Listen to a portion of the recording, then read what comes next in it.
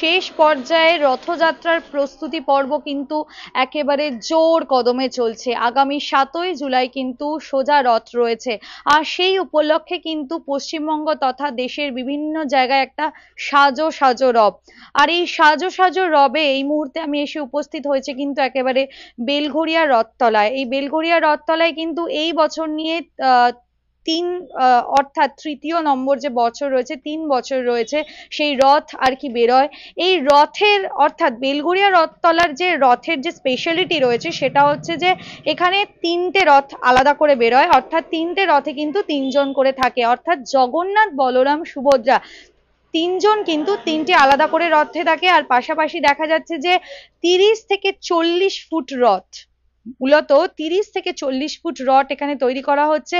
আর এই রথ কিন্তু ভালোভাবে সুন্দর করে সুসজ্জায় সজ্জিত করা হচ্ছে, আর যাতে করে এই বর্ষার মেজাজে দাঁড়িয়ে কোনো রকম ভাবে রথের রঙে কোনো রং না চটে যায়, রঙে যাতে কোনো অসুবিধা না হয় সেই জন্য কিন্তু একেবারে শেডের তলায় দাঁড় করিয়ে, ছাউনির তলায় দাঁড় করিয়ে এই রথটাকে রং করা হচ্ছে। পাশাপাশি দেখা যাচ্ছে রথের আরো যে জিনিসপত্রগুলো রয়েছে, যেমন রথের সারথি থেকে শুরু করে বিভিন্ন যে ঘোড়া রয়েছে সেগুলোকেও কিন্তু আগে থেকে ভালো করে রং করে শুকিয়ে রাখা হয়েছে এবং একটা জায়গায় রেখে দেওয়া হচ্ছে।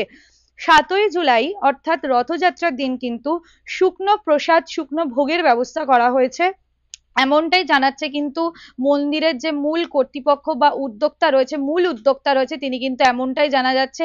পাশাপাশি জানা যাচ্ছে যে আগামী 7ই জুলাই থেকে একেবারে 16ই জুলাই পর্যন্ত রয়েছে এলাহি আয়োজন, অর্থাৎ দূর দূরান্ত থেকে যারা ভক্তরা আসছে, ভক্তদের জন্য, ভক্তদেরকে উদ্দেশ্য করে তাদের জন্য কিন্তু এলাহি আয়োজন করেছে এই বেলঘড়িয়া রথতলা চত্বরের যে মন্দির কর্তৃপক্ষ রয়েছে। এই মন্দির কর্তৃপক্ষর মূল উদ্যোক্তা যারা রয়েছেন বা মূল উদ্যোগ যে যিনি নিয়েছেন তার তত্ত্বাবধানেই কিন্তু এমনটাই এলাহি ব্যবস্থা করা হয়েছে, আর এমনটাই জানা যাচ্ছে।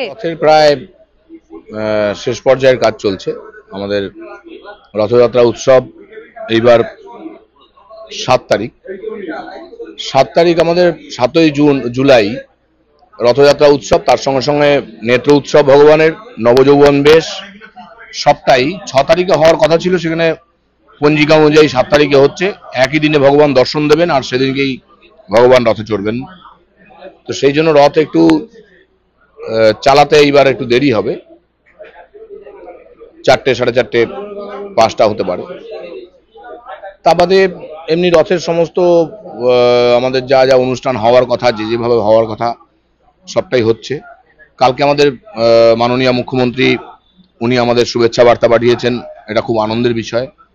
তার সঙ্গে সঙ্গে আমাদের গুন্ডিচা মন্দিরে যে জগন্নাথ মহাপ্রভু বসবেন, তো সেই কদিনের মধ্যেই 13ই জুলাই আর 14ই জুলাই একটা বিভৎস যুগল মিলন, কারণ প্রভু গিয়ে তার রত্নবেদিতে বসছে গুন্ডিচা মন্দিরে, আর সেই অবস্থায় সেইখানে উপস্থিত হচ্ছেন বাংলাকে যারা রথ দেখিয়েছে, যিনি দ্রষ্টা আমাদের বাংলার, সেই শ্রী চৈতন্যদেবের চরণ পাদুকা, চরণ যুগল পাদুকা বিষ্ণুপ্রিয়া দেবী যা নিজের কাছে রেখে পুজো করতেন, ভোগ চড়াতেন, সেই চরণ পাদুকা আমাদের মন্দিরে এসে উপস্থিত হচ্ছে।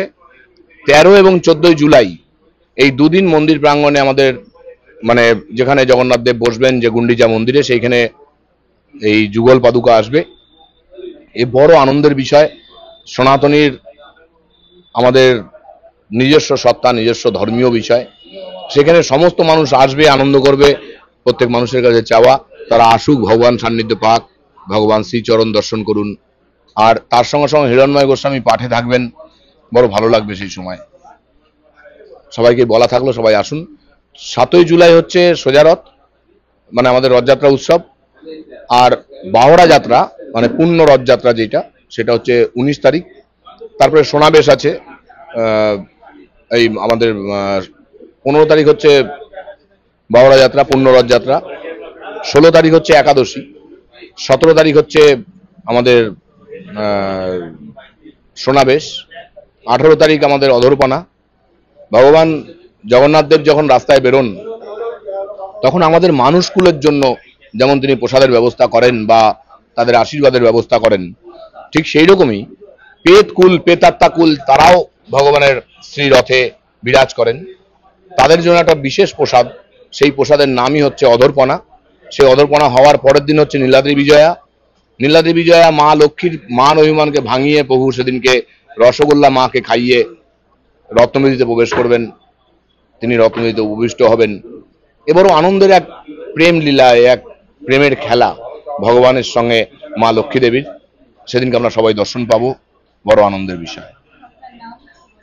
আমার নাম সোমনাথ রায়চৌধুরী, আমি এই মন্দিরেরই সেবায়িত।